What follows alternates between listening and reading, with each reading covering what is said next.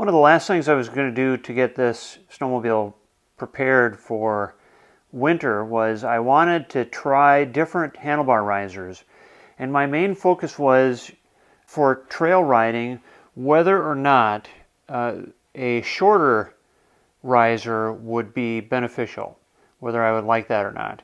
So my original goal was I was going to buy like a 4-inch or a 5-inch riser. This is a 5.5-inch riser from the factory, and I was going to buy a shorter one and try it to see whether I liked it or not. The problem is which one do I get?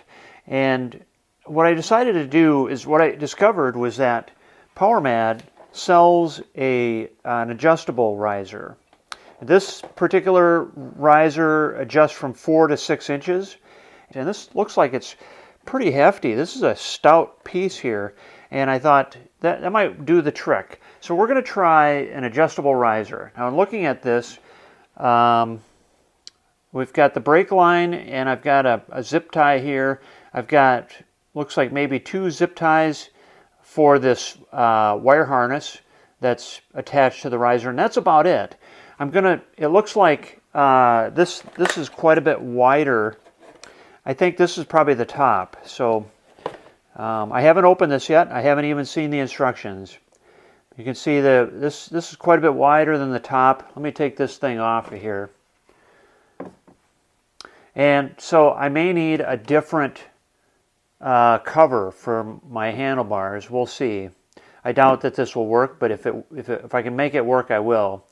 One thing I noticed here, unlike a traditional riser where there's holes here that I can zip tie things to, there's really no way. There's a few holes here, but there's no way to get a zip tie in there. This is all very tight by design.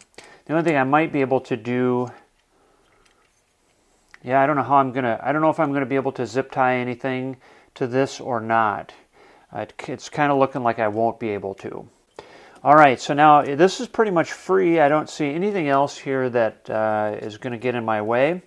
All of these cables should be plenty long enough for the full extension because, like I said, this is a 5.5-inch riser, and the tallest that the PowerMadd riser goes is 6 inches, so it's only a 1/2 inch taller, and I don't think that'll be a problem. Okay, so now we need to get these off. You know what I think I should probably do is put some blue Loctite on these. Oops.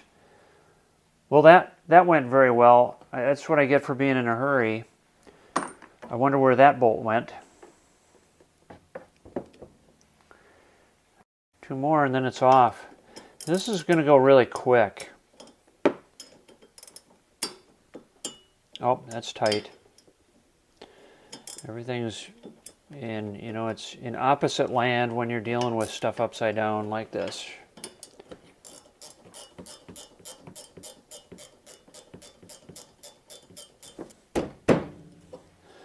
All right.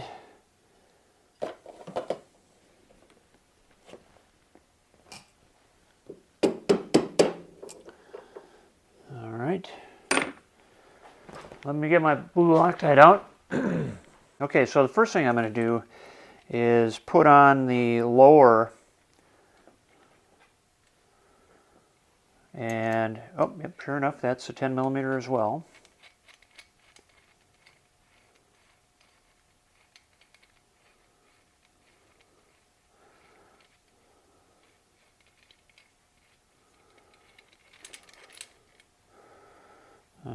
I need a good place to set this stuff down. I'm going to set it down behind the camera.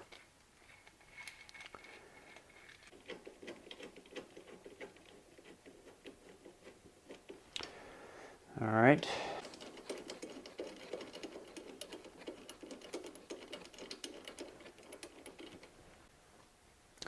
This was not cheap, and in a way, I shouldn't have probably spent this much money on it, $148 for a riser. On the other hand, I do this once, you know what I mean?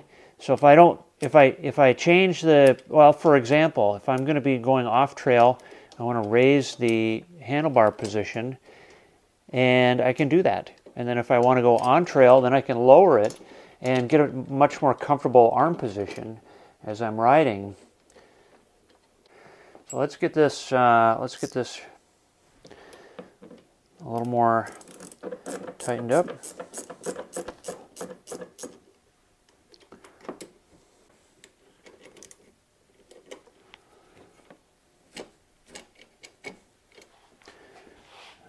Okay. Yeah, right there. Okay, so let's tighten it up.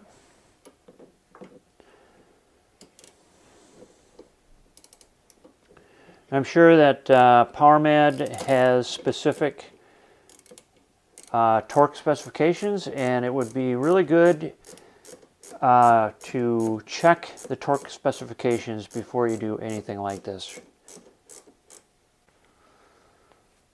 So I hope everybody else is going to have a good winter.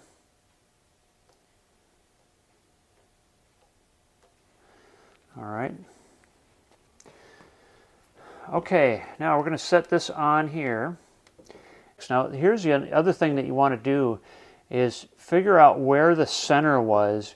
And there are marks on this handlebar where the old riser clamped down on it. So what I can do is visually look and see where approximately the center of the bar is. In this case, it's going to work just fine because I can see the mark from the old riser.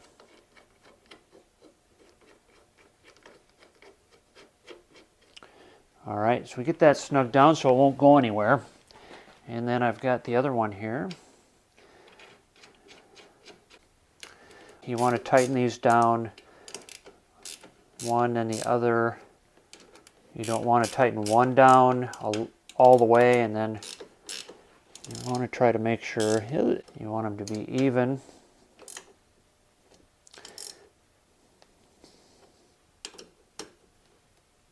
Oh, and I need to make sure that this is indexed correctly. It does look like the switch faces here were roughly the same, in the same position. And the one thing, you just have to be willing to carry a 10mm wrench with you and stop and adjust them if they're not right. All right, let's try fully extended here.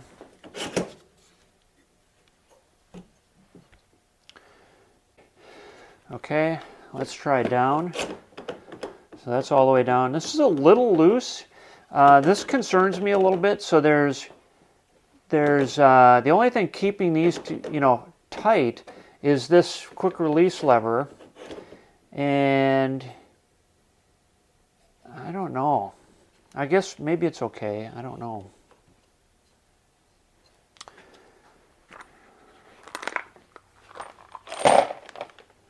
All right, so let's see how this is going to work. No, this won't work, I don't think. No, the little snaps that snap onto the bar are right at the same, they're here. So this is not going to work. I'm going to need a new pad of some kind. I never really was a fan of this anyway. It always seemed like this would be something that I would eventually hit. I have gone over the handlebars, and it just seems like this is something that I would hit. This doesn't offer a lot of protection, and I think I'll get a padded cover for that. So that won't work. I need to find the other bolt for that fell down here. Otherwise, I think that's all it is. This ought to work good, and I'm anxious to try this out. I'm going to set that right there, I think. Now I'm assuming that if I need to get this tighter, can I just turn it? I have to. There's a to get this tighter. There's a hex bolt on the other side, and that's probably what I need to turn in order to get this to snug up if it loosens up on me. But that's all there is to it. All right, thanks for watching, and as usual, I hope I see you on the trail.